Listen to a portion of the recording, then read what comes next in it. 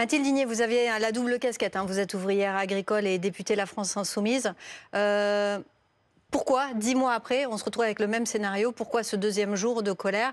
Et on sent que ça va continuer. Alors bien sûr, hein, il y a le Mercosur qui est cette ligne rouge absolue, on a bien compris.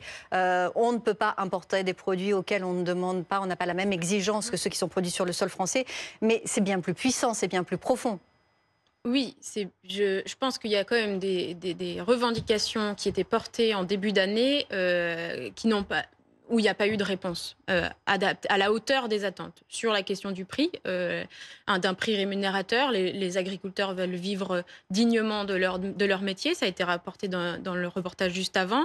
Et puis juste quand même pour revenir sur le Mercosur, parce que ça fait quand même des années, hein, que c'est en négociation. Ça fait 20 ans. Et là, voilà, 20 ans. Et donc là, on arrive au bout. Et donc, nous, à la France Insoumise, on s'oppose fermement à la ratification de cet accord, avec ou sans clause miroir. Et c'est là où je pense qu'il y a une nuance. Effectivement, il y a une opposition.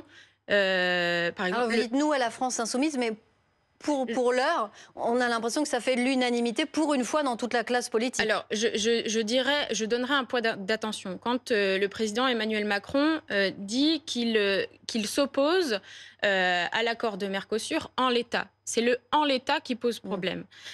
Pour moi, c'est une opposition de façade. C'est-à-dire que le en l'état veut dire qu'il y aurait d'autres négociations possibles. Et c'est là qu'on arrive sur les négociations de clauses miroirs, où du coup on interdirait d'importer des produits qui n'ont pas les mêmes normes qu'en Europe.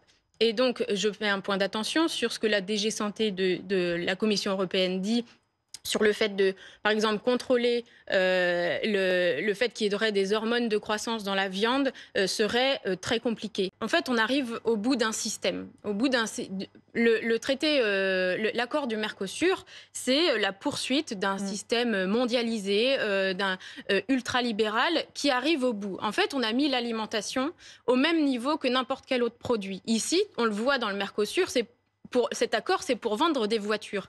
Donc, en fait, il faut sortir... l'alimentation, c'est pas un bien comme les autres, c'est un bien de première nécessité.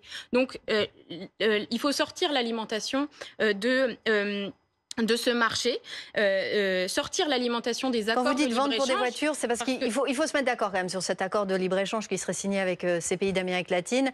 Ils accepteraient certains de nos produits avec des droits de douane baissés. Quand je parle de nos produits, je parle de produits européens, de voitures allemandes, de vins, qu'ils soient espagnols ou d'ailleurs français.